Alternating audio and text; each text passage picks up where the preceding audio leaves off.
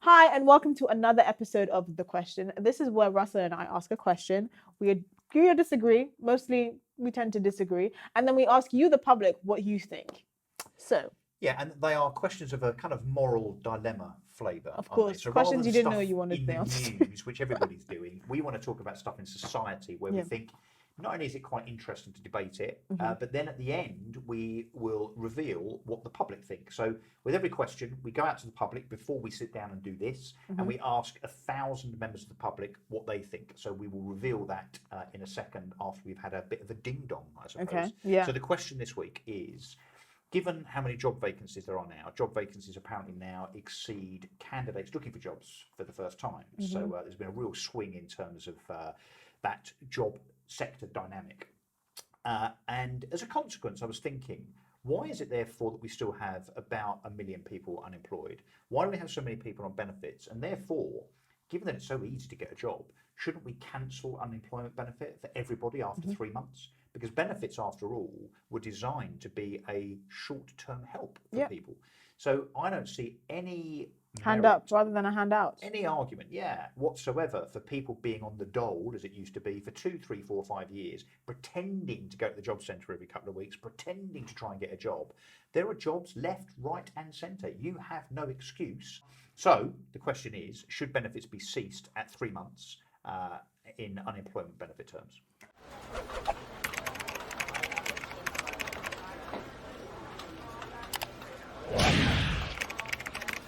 Yeah. Yep. I think given the current climate, I think normally if we're in a recession and there's actually no job vacancies, fine. You can argue that you can extend it to 6 months.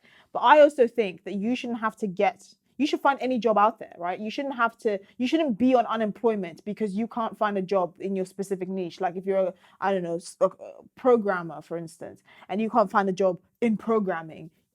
I'm sorry, you can be a bin cleaner, you can be a caretaker, you can be working at Greg's. I don't care. You should be doing something because the jobs are out there. You just need a job to sustain you while you apply for the jobs that you really want.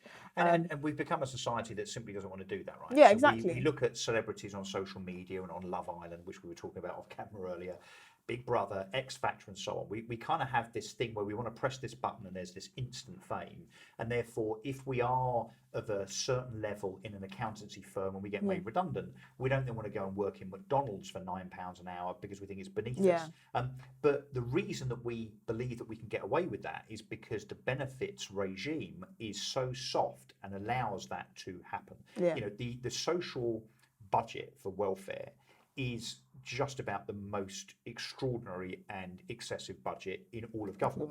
It's hundreds of and there are billions no of pounds. limits for how long you can be on benefits. Like in Europe, mainland Europe, I know in France and places like Netherlands, stuff like that, you do have a limit. You can't be on benefits indefinitely, unemployment benefits. But here, there are no limits. You get unemployed, you can just go back on benefits, argue your case, and you can start. And I just think, look, at the end of the day, we shouldn't have to, the taxpayer shouldn't have to pick up the bill because you're not getting a job that you want. If you are able to do it, if you are mobile, for instance, if you're young, if you can deliver packages, if you will do it because there will be no support. If I look at you and you're fit, young and healthy, you should be able to go. Obviously, you can have a choice, right? If you feel like you prefer to teach kids and stuff like that, that's fine. But after 3 months, that's the end. Well, and of course, there's no argument anymore that the money's not enough because, of course, we have a minimum wage, we have a living wage, and so on. That minimum wage obviously alters depending on age and so on. So there's no excuse that, well, you know, I'm not going to go and work for £2.50. I don't even care about inflation. No one has to do that. No one I has don't to even do care that. about inflation. You will live in these inflated times, carrying boxes, ma'am, or so. Inflation affects everybody, right? I can see absolutely no argument whatsoever why the taxpayer should continue to fund the enormity of the benefits bill for those that it's not that they can't work. And be clear, I'm not suggesting here that people on disability benefit genuinely should not be allowed those benefits. Of course, if they are, that's a disability. This is why I say you of can't the benefit, work. they should have that benefit. But unemployment, when there are literally vacancies left, right, and centre across the width and length of the country, there's no excuse. 3 months should be the cut-off. And guess what? The bill, the welfare bill, the benefit bill would be slashed immediately. And actually then we'd also have people in those jobs, which then benefits, you know, not just those employers and society generally, but it would then benefit consumer spending, because presumably those people would be earning more, and therefore they can spend money in shops and businesses and so on. So it has a reciprocally economically beneficial kind of dynamic, right? Yeah, absolutely. And I just don't like this idea that people feel like they are entitled to unemployment benefit because they can't find a job that they like. Right? But it just blows my mind. And it's one of the ways that, this country, look, there's so many ways I think the welfare state is ridiculous. I think we need to cut taxes. Like, we have to have a flat rate of taxes. I don't think you should be punishing someone for being successful and thinking, oh, you're earning more, you don't really need that money, so let's tax you at 40%. Fuck off. I don't think you should be able on unemployment benefits for more than 3 months, really. I don't even think you should be on unemployment benefits now for more than like 6 weeks, because really you can find a job just like that. I get sort of job ads all the time, and I think people often think they're entitled to a glossy life. I've been doing this sort of what I do now, broadcasting and writing, for a while, but it was not that long ago that I was making 80 cold calls a day and then going to film at night giving my opinion, or I would be doing stuff that I really hated, like really grubby jobs, working in construction, jobs that we don't want to actually do, right? being called love by subbies from up north, getting random people get my, honestly, being stalked by a priest. I've done all manner of horrible. Stalked by a priest. I kid you not, doing all sorts of horrible jobs that you don't see on TV, right? Because whoa, stalked by a priest. I kid Is you that not. not the last? As a result of the job I did. The last type of person you would expect to be stalking anybody. Yeah, I don't even want to go into that. I think that is for another episode. Well, we don't even want to go into that. But do you know what I mean? People only see glossy stuff on the screen, and I just think, look, I do, like everyone should, everyone of working age should do to get by. You're not entitled to anything, and I think it's a mindset that I genuinely think being in an affluent country has taught you, right? Because I've never grown up with the idea of, a handout. The first time I learned of benefits, I was 16 and I burst out laughing. And my teacher was like, why are you laughing? So that's really rude. And I was like, listen, if you went back to my country, there people will bite their arms off to get benefits. They will literally saw it off. But like, oh, at least I'm going to get benefits. Like, I kid you not. That was... And it's a similar situation with migrants on dinghies, isn't it? That rock up on the Kent coast, where, they've been online before they've made the trip through war-torn France, apparently, I know. To get here. And actually on the government website, it actually outlines exactly what you get as an asylum seeker. So it says, we will give you, as a country, we'll give you accommodation, education, free health, and £35 a week. I mean, it's an invitation. It might as well be gilt-edged. It might as well be on a little velvet cushion. People talk about you can't from Syria, Afghanistan, Iraq, or wherever. Yeah. Come on down. The price is right. Just come. But when people say £35 a week is nothing, first of all, so we need to cut that as well. And in fact, that needs to vanish. As we sit here now, we obviously are in the midst of a Conservative leadership election about to happen, and there are one or two of the candidates, quite interestingly, that are kind of channeling Priti Patel almost in terms of their ambitions to try and convince the party that they should be elected as Prime Minister, the leader of the party. And some of them are saying that we should get much, much tougher. Either tow the boats back to France or certainly cut benefits. So look, I know we've gone slightly off subject, but look, it's all about the same thing. The public purse propping up people that don't need to be propped up and shouldn't be propped up. So can I just say, the £35 a week, but you can get 35 items from Poundland. As a uni student, I lived in Poundland. That's a whole party. Let me tell you the struggle, right?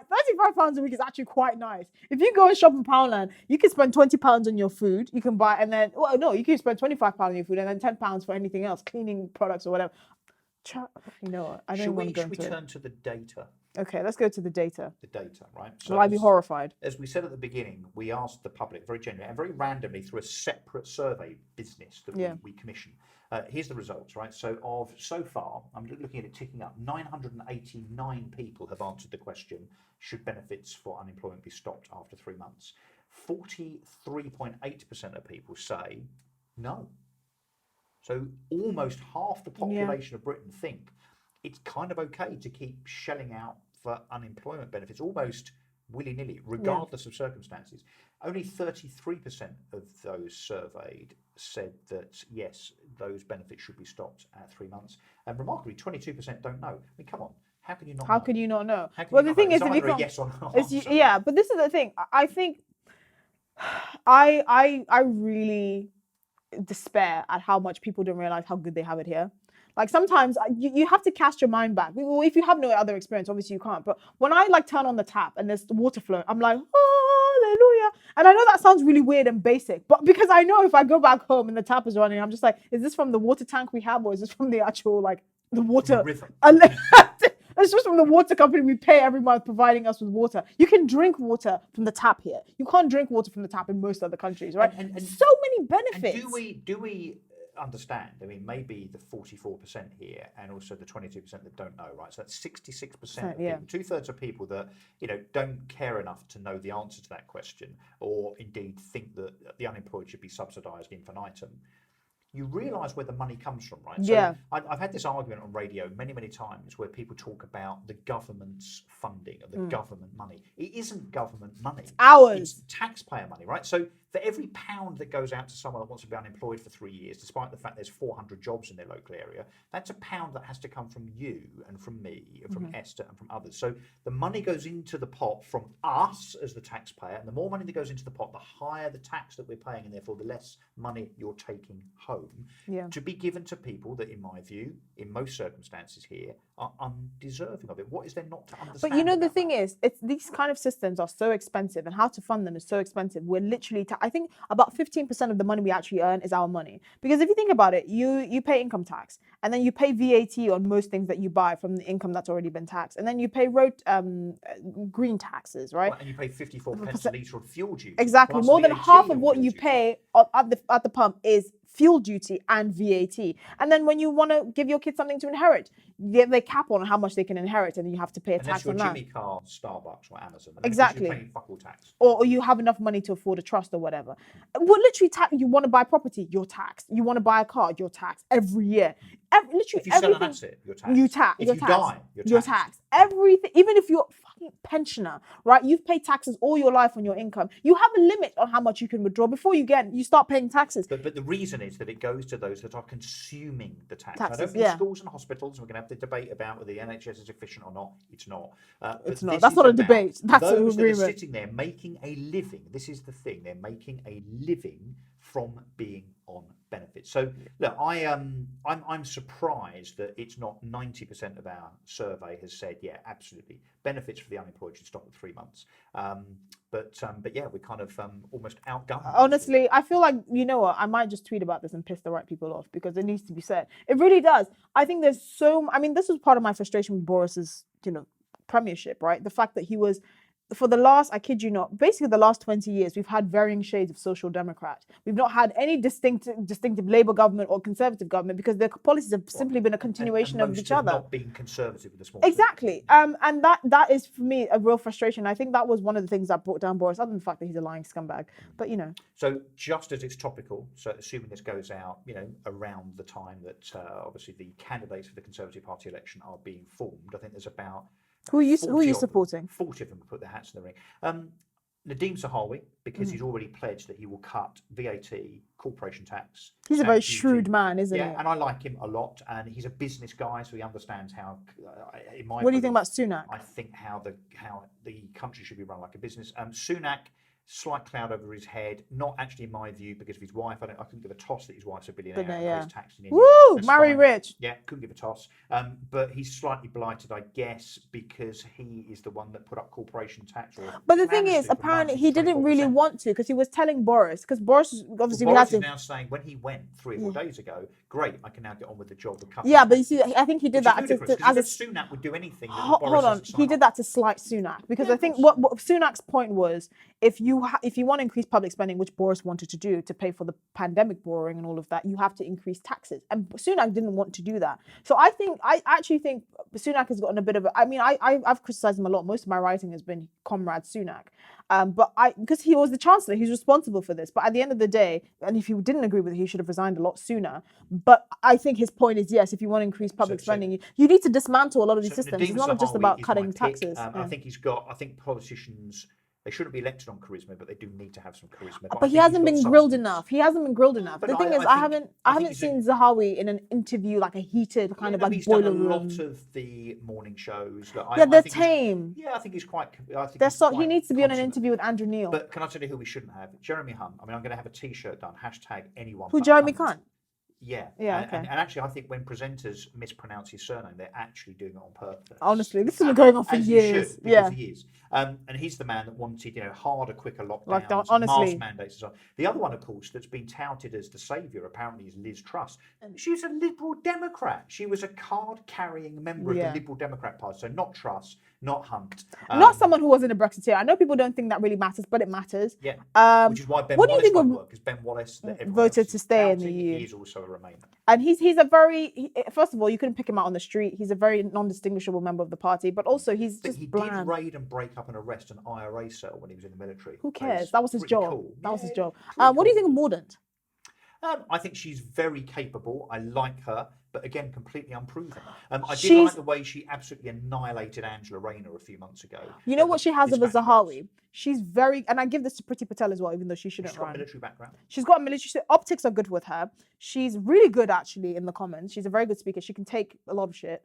The problem is she's bought into the woke bullshit on trans issues and stuff. And I just think, look, we just need a vicar for an That's got to be a exorcism. big no-no. Just right? pray that bullshit out of her system, and she'll be good. The last thing not just the country wants, but the Conservative Party wants, is a lurch further to the left of Boris. Yeah. Oh, Because yeah. Boris had no ideology. You know that term, conviction politician? Yeah. Back to the brilliant days of Margaret Thatcher. We need a conviction politician that We need actually someone with sets his stall out and says, or her, and says, huevos, this is what I you believe know? in, and then actually executes on it. So we'll see. Okay, that was interesting. Yeah. Until next time, thank you. Thank you.